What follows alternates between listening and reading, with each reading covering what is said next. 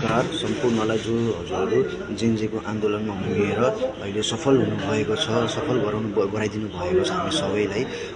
त्यसको लागि हजुरलाई धेरै धेरै धन्यवाद र म सर्वप्रथम त हार्दिक श्रद्धाञ्जली दिन चाहन्छु जो शहीद हुनुभएको छ मेरा दाजुभाइहरू उहाँहरूको लागि।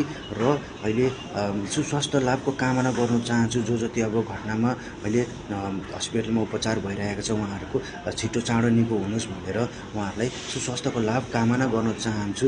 साथै म अहिले परदेशमा भएको कारणले गरेर म त्यहाँ छैन, हजुरहरूसँग साथमा हुन्छु, नत्र म पनि त हजुरहरूसँग साथमै हुन्थ्यो होला।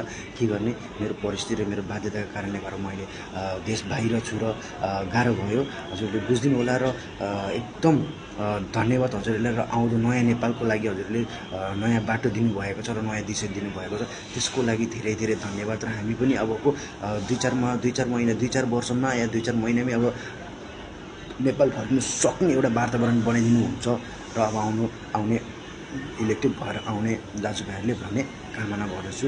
हस्त धन्यवाद। साथै हजुरहरूलाई फेरि पनि एकचोटि हार्दिक श्रद्धाञ्जली।